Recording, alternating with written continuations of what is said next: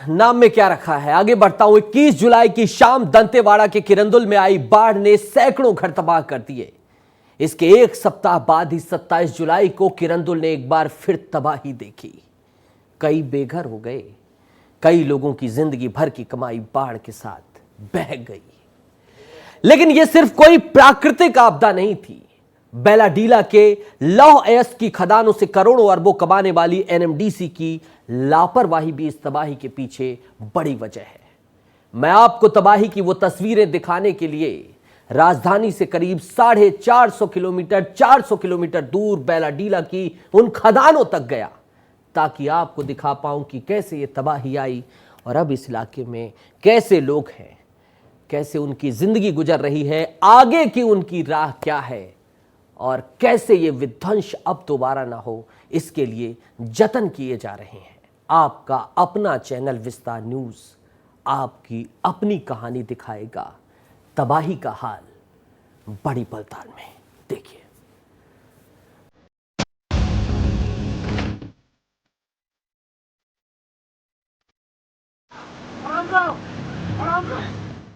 दंतेवाड़ा में मौजूद है बैलाडीला की पहाड़ियां। इन्हीं पहाड़ियों के ढलान पर बसा है किरंदुल शहर। 21 जुलाई की दोपहर एकाएक एनएमडीसी की खदानों से सैलाब नीचे उतरने लगा। पानी में लौह अयस्क के टुकड़े मिले हुए थे। पानी लोगों के घरों में घुसने लगा। लोग कुछ समझ पाते उससे पहले ही आफत उनके घर में घुस गई थी। चीख पुकार मच गई। महिलाओं, बच्चों, बूढ़ों को रेस्क्यू कर घरों से बाहर निकाला जाने लगा। पता चलता है कि किरंदुल शहर में एनएमडीसी की खदानों पर करीब 1 किलोमीटर की ऊंचाई में मौजूद विशाल सम्प टैंक टूट जाता है, जिसमें बारिश का करोड़ों लीटर पानी मलबे के साथ इकट्ठा था। और टूटने के बाद का मंजर कुछ ऐसा था। लौह अयस्क मिला पानी अपने साथ बड़े बड़े बोल्डर लेकर आया। ये तबाही कैसी रही हो, ये आप इस कार को देखकर समझ सकते हैं। वो देखिए आप, वो कट है, वो पहाड़ में जहां हम ऊपर चढ़े थे 1 किलोमीटर दूर, थोड़ा सा ये देखिए और ऊपर करिएगा, थोड़ा दिखाइएगा। वो आपको पता है वहीं से पानी आया, उस कट से। हाँ, वही ऊपर पहाड़ी से आया है पानी। 2-3 डैम टूट के यहाँ आया है पूरा बहाव।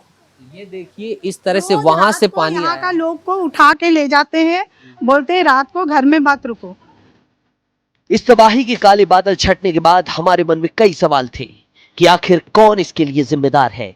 इस त्रासदी से कितने लोगों की जिंदगी उजड़ गई, कितने लोगों का आशियाना छिन गया। पीड़ितों को फिर से बसाने के लिए क्या कुछ किया जा रहा है। इन तमाम सवालों के साथ ही कई और सवालों के लिए विस्तार न्यूज कठिन रास्तों को पार करता हुआ एनएमडीसी के साम्राज्य दंतेवाड़ा जिले में मौजूद बैलाडीला की पहाड़ियों पर पहुंच गया।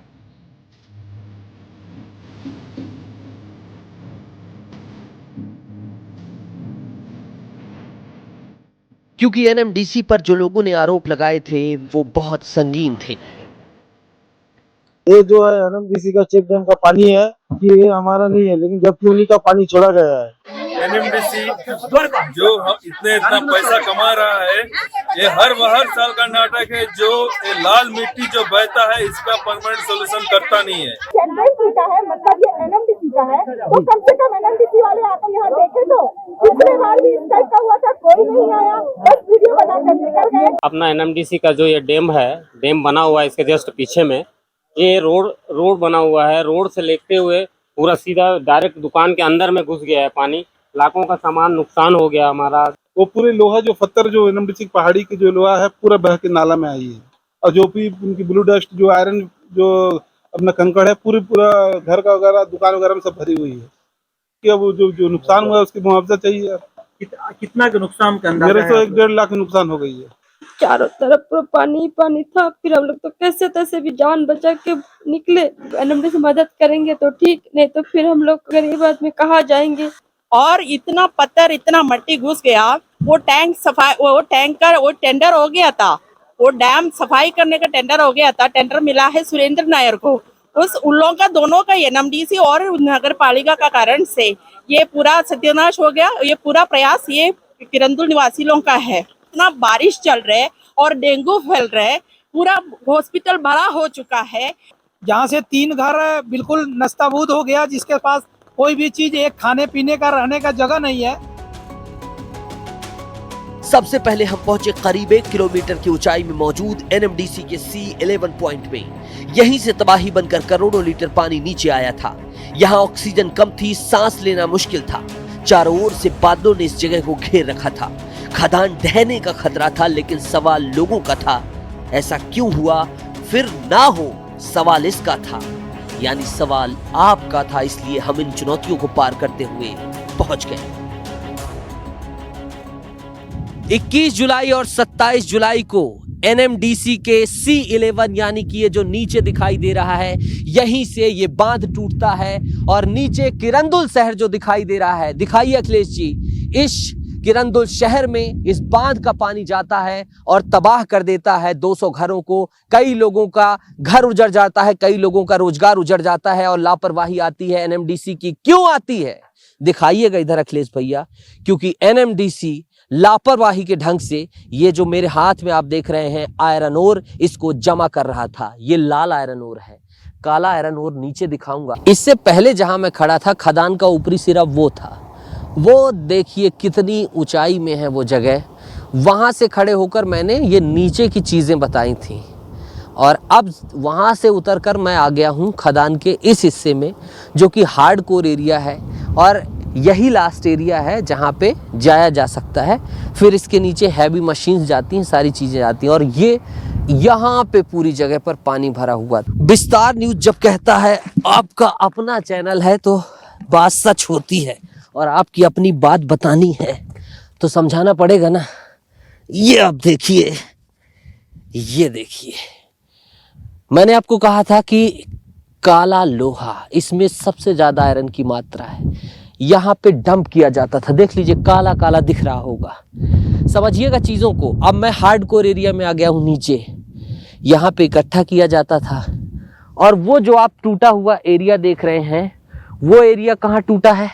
वहीं से टूटकर जो ये बांध की वो क्यारी है, वही क्यारी है जो टूटी है और पूरा पानी कहाँ गया है? शहर में गया है। समझिए, ये हम अब गुफा के, माफ कीजिएगा, हम खदान के अंदर हैं। अखिलेश भैया दिखाइएगा। और यही है वो काला लोहा, जिसके लिए विस्तार न्यूज इतना आपको दिखाने के लिए रिस्क ले रहा है। और आप समझिए, ये खदान के ऊपर ये पूरा पहाड़ है, ऊपर तक पहाड़ है और काट काट के लोहे की जो है क्यारियां बनाई गई हैं लोहे इकट्ठा करने के लिए। और वो नाला देखिए, वो नाली दिखाइएगा, ये पाइप दिखाइएगा, यहाँ से पानी यहाँ पर इकट्ठा हो रहा था और ये पानी पूरे एरिया में लगभग 5 से 6 फुटबॉल ग्राउंड बराबर जो ये एरिया है, इसमें पानी इकट्ठा हो जाता है। ये दिखाइए अखिलेश भैया, ये पूरे जगह में पानी भर जाता है। क्यों? क्योंकि अगर एनएमडीसी इस लोहे को बचाने के लिए पानी यहाँ पर जमा नहीं करता, वहाँ पर क्यारी नहीं लगाता, तो बरसात में पानी के साथ ये लोहा नीचे चला जाता। क्यारी बना दी गई और इसको बचाने के लिए हर संभव प्रयास किया गया कि ये लोहा ना बहे। लेकिन बहुत बड़ी लापरवाही है कि इतनी संख्या में जो है यहाँ पर लोहा इकट्ठा किया गया और लोहे को बचाने के लिए इन्होंने क्यारी लगा दी और वो क्यारी फूट गई। कहा जाता है कि कुछ मशीन्स भी थी जिनको बचाने के लिए ऐसा किया गया। खतरा है, लेकिन मैं दिखाता हूँ आपको। वो देखिए, वो चिन्ह दिखाइएगा अखिलेश भैया, वहां मैं पत्थर मार रहा हूँ, वो चिन्ह दिखाई दे रहे हैं, हैवी मशीन्स के चिन्ह हैं। और एक आरोप एनएमडीसी के ऊपर ये भी है कि यहाँ पर बहुत हैवी मशीन्स थी। येलो अलर्ट था, बारिश होने लगी, पानी इकट्ठा होने लगा और इन मशीन्स को बचाने के लिए हल्का कट मारा गया उधर, वो जो आप देख रहे हैं। और वो हल्का कट इतना बड़ा हो गया कि पूरा जो ये पानी यहाँ भरा था, पूरा जो ये पानी भरा था, वो पानी यहाँ से सीधे चला जाता है। समझिए, वो क्यारी है, हल्का कट मारा जाता है, मशीन्स वहाँ खड़ी रहती हैं, पानी ये पूरे पहाड़ का यहाँ पर इकट्ठा होता है और वो कट इतना बड़ा हो जाता है तो आयरन समेत पूरा पानी कहाँ चला जाता है? शहर में। 200 घर तबाह हो जाते हैं, सैकड़ों लोगों के रोजगार छिन जाते हैं और कुछ लोगों की तो दुकान घर को परखच्चे उड़ जाते हैं। जो आपने देखा, ये था करीब 1 किलोमीटर की ऊंचाई में मौजूद विशाल सम्प टैंक। इसी से करोड़ों लीटर पानी नीचे जाता है और नीचे तबाही का मंजर फैल जाता है। यहाँ से हम सीधा पहाड़ के नीचे पहुंचते हैं, जहां इस डैम नुमा संरचना का पानी कई घरों को तबाह कर देता है। यहाँ तबाही के बाद का मंजर बड़ा डरावना था। कई लोगों से जब हमने बात की तो उनकी आंखों से आंसू छलक उठे। उन्होंने कहा कि पाई पाई जोड़कर रखी थी साहब, सब कुछ लुट गया। अभी इंतजार है हमें उचित मुआवजा दिया जाए। नाती नातनी लोग को वहाँ लेके गई, पूरा उसके बाद तो पूरा मेरा बर्बाद। एक सपना होता है जब आप घर बनाते हैं, आपकी आंखों में आंसू हैं। पूरा चला गया मेरा। एक तो मेरा पति भी नहीं, इतना मेहनत से थोड़ा जोड़ जोड़ के बनाए, फिर भी चला गया पूरा। पूरा सामान बर्बाद हो गया। आप अपना दर्द बताइए सब। और क्या बोलूं, कोई नहीं सुनेगा। नहीं, आपको मुआवजा दिलवाएंगे, हम बात रखेंगे आपकी। इन आंसुओं को देखिए, देखिए ना, पूरा देखिए आप, पूरा घर देखिए।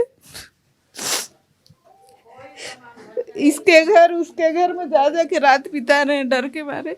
कल भी बारिश गिरा, जल्दी से वहाँ बगल में चले गए। डर, इतना डर हो गया है कि थोड़ा सा भी पानी जोर से आता है तो ऐसे लगता है कि अभी कुछ हो जाएगा। बहुत मुश्किल है, बहुत। देखो कैसा हो गए हैं, इधर से निकल के इधर भाग रहे हैं, ये खींच खींच के ले जा रहा है। रात को दिन माने है बोल के तो बच गए, रात को होने से तो हम नहीं बचते।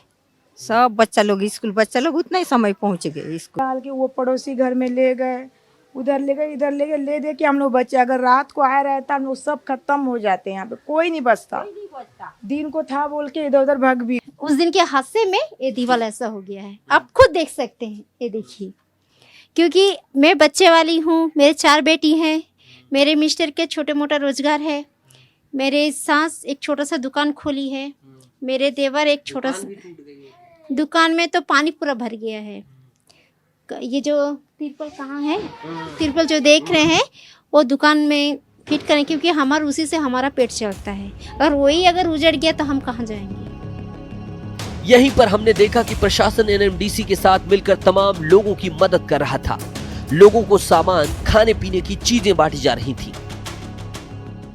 जो जैसा है वैसा ही दिखाने की कोशिश है हमारी। ये देखिए, प्रशासन अब लगातार मदद के लिए आगे बढ़ चुका है। इधर आप सामान दिखाइए, ये तमाम जो ये पटवारी हैं ये बांट रहे हैं, कलेक्टर और इन तमाम प्रशासनिक अधिकारियों की पहले। ये देखिए राशन, गद्दे, क्या क्या आप लोग दे रही हैं?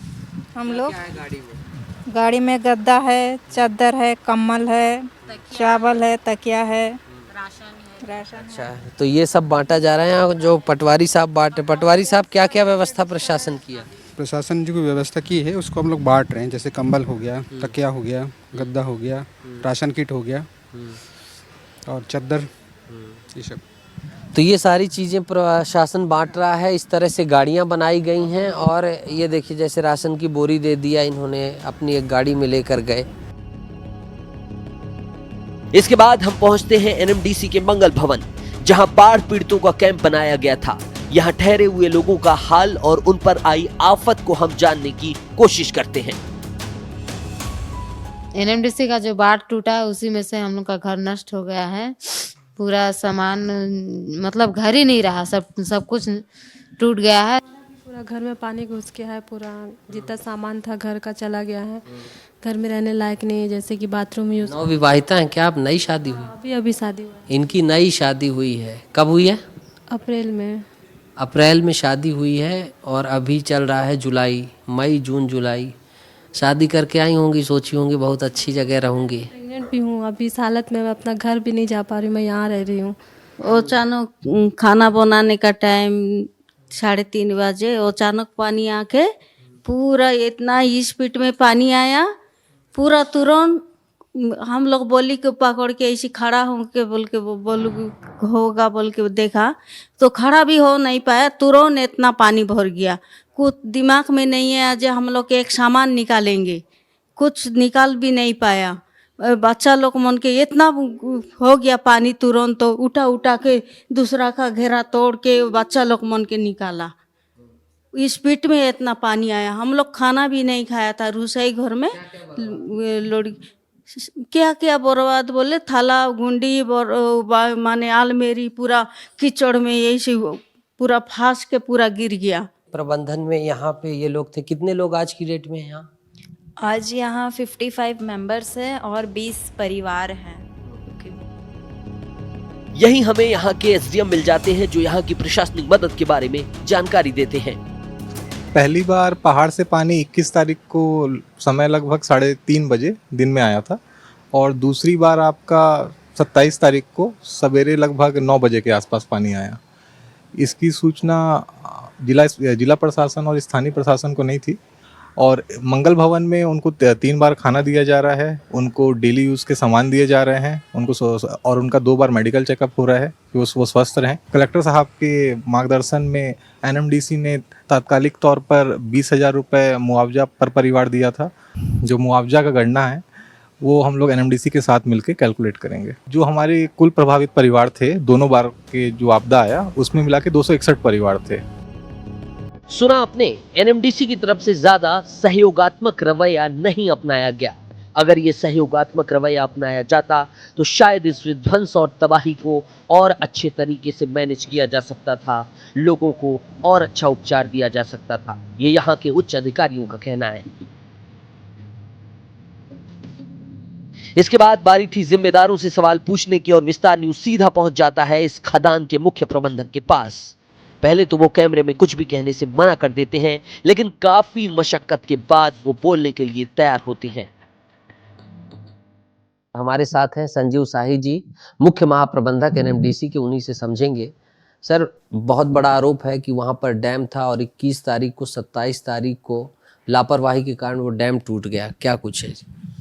फर्स्ट तो मैं ये क्लैरिफाई करना चाहूँगा कि वहाँ पे ऐसा कोई भी डैम नहीं था। एनएमडीसी की किसी भी माइन में इस टाइप का कोई भी डैम नहीं बनाया जाता है। बारिश से पहले जो लोएस्ट बेंच होता है, सबसे नीचे के बेंचेस होते हैं, उसमें पानी, जो माइंस का पानी है, माइंस के बाहर मटेरियल लेके ना जाए उसके लिए सबसे जो नीचे वाला बेंच है उसमें वो पानी को इकट्ठा किया जाता है और उस पानी को बारिश के बाद में वो पानी ज़्यादातर ग्राउंड वाटर में समा जाता है और उसके ऊपर का जो भी सिल्ट इकट्ठा होता है उसको हम धीरे धीरे बाद में माइनिंग करके निकाल देते हैं। सवाल खड़े हो रहे हैं कि 21 के बाद 27 तक लापरवाही की गई, उसके बाद सतर्कता नहीं बरती गई, प्रशासन को नहीं सूचित किया गया। ये जो तमाम सवाल खड़े होते हैं, इनको लेकर क्या कहें?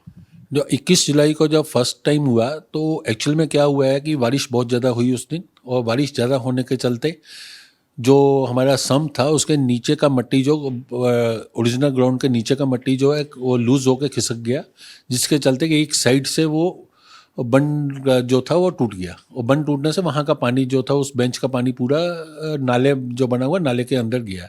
और 27 तारीख को एक दिन के अंदर 3 घंटे के अंदर 231 mm बारिश हुई है, जो कि उस दिन टोटल बारिश जो 471 mm हुई है, जो कि 1966 से हम लोग रिकॉर्ड मेंटेन कर रहे हैं इस एरिया में। 1966 के बाद में वो फर्स्ट टाइम, किसी भी हिस्ट्री में फर्स्ट टाइम एक दिन में इतना बारिश हुआ है और 3 गुना बारिश उस पर्टिकुलर वीक में हुई है, जिसके चलते अत्यधिक बारिश के चलते में ये इंसिडेंट हुआ है। और जो प्रशासन को ना बताने की बात है, हम लोग 21 तारीख से जब ये इंसिडेंट हुआ है उसी दिन से प्रशासन के साथ मिलके उस एरिया में पूरा जो अपना रेस्क्यू ऑपरेशन चला रहे हैं। जो बचाव कार्य है वो आपने बता दिए। मुआवजे के संदर्भ में आप लोग क्या चिंतन मनन कर रहे हैं और कब तक जो प्रभावित हैं उन लोगों के लिए क्या कुछ आप लोगों ने प्लान्स बनाए? जो हम लोगों ने पहले 179 लोगों का हमको लिस्ट दिया गया था स्टेट गवर्नमेंट की तरफ से, जो हमने 23 या 24 तारीख को हमने उसका 20,000 रुपया सभी को एक इंटरनल रिलीफ के रूप में दिया था 179 परिवारों को, जो कि लिस्ट हमको स्टेट गवर्नमेंट ने सर्वे करके दी थी, स्टेट एडमिनिस्ट्रेशन ने। उसके अलावा भी अभी भी सभी घरों में, जो प्रभावित घरों में उनका जो लॉस हुआ है उसका स्टेट गवर्नमेंट के साथ में अवलोकन किया जा रहा है। और जैसे ही वो कंप्लीट होता है, लिस्ट कंप्लीट होती है और हमको लिस्ट दी जाएगी, तो उनको जो भी मुआवजा स्टेट गवर्नमेंट की तरफ से निर्धारित किया जाएगा उसको हम लोग प्रोसेस करके दे देंगे। तो ये थे संजीव शाही, मुख्य महाप्रबंधक एनएमडीसी। इनका साफ तौर पर कहना है कि डैम जैसी जो चीज़ है वो चीज़ नहीं है। भयंकर बारिश हुई थी जिससे कई बार बादल फटना कह देते हैं। इसके साथ ही आगे मुआवजे के संदर्भ में या राहत बचाव के संदर्भ में इन्होंने जो जानकारी दी, उनका यही कहना है कि बचाव कार्य चलता रहेगा और आगे जो राज्य सरकार निर्धारित करेगा वो मुआवजा दिया जाएगा। सुना आपने, एनएमडीसी के मुख्य महाप्रबंधक किस तरह से कंपनी पर जो लापरवाही के आरोप लगे हैं उन्हें छिपा रहे हैं। छिपाना भी चाहिए, कोई भी कंपनी का निष्ठावान कर्मचारी यही करेगा। लेकिन विस्तार न्यूज आपका अपना चैनल है। एनएमडीसी के मुख्य महाप्रबंधक के जवाबों के बाद हम उनकी छानबीन करते हैं और लोगों के द्वारा खड़े किए जा रहे सवालों से मिलान करते हैं और फिर जो लापरवाही हुई, चूक हुई, उसे लेकर सवाल पूछते हैं, दिखाते हैं। लापरवाही पर उठते सवाल, एनएमडीसी इनके जवाब कब देगा? संप में पानी इकट्ठा करने से सब टूट सकता है, लेकिन करोड़ों लीटर पानी वहां फिर इकट्ठा क्यों होने दिया गया? सवाल 2, पूरे पहाड़ का पानी नेचुरल नाले से निकलेगा, लेकिन नेचुरल नाले के रास्ते में ही बांधनुमा संरचना यानी संप बना दिया गया। तीसरा सवाल, इतने बड़े पहाड़ का पानी वहां इकट्ठा हो रहा था, लेकिन निकासी के लिए मात्र 30 सेंटीमीटर डायमीटर का आउटलेट पानी पाइप दिया गया। चौथा, प्रशासन के साथ समन्वय की बात कही गई, लेकिन अधिकारियों ने साफ तौर पर कहा कि आपके द्वारा वंचित समन्वय नहीं मिला। बादल फटने की बात कही जा रही है, लेकिन जानकार कहते हैं कि बादल फटने की घटनाएं ऐसी नहीं होती हैं। यह दावा हैरान करने वाला और जांच पड़ताल का विषय है। पीड़ितों की संख्या बताई गई, लेकिन प्रशासनिक डेटा 261 परिवारों का कहता है, डेटा कम बताया गया। हम रात भर घूमते रहे, प्रशासनिक पहलुओं को निहारते रहे और जो पीड़ितों के लिए काम किए जा रहे थे, प्रशासन उन्हें करता हुआ दिखाई दिया।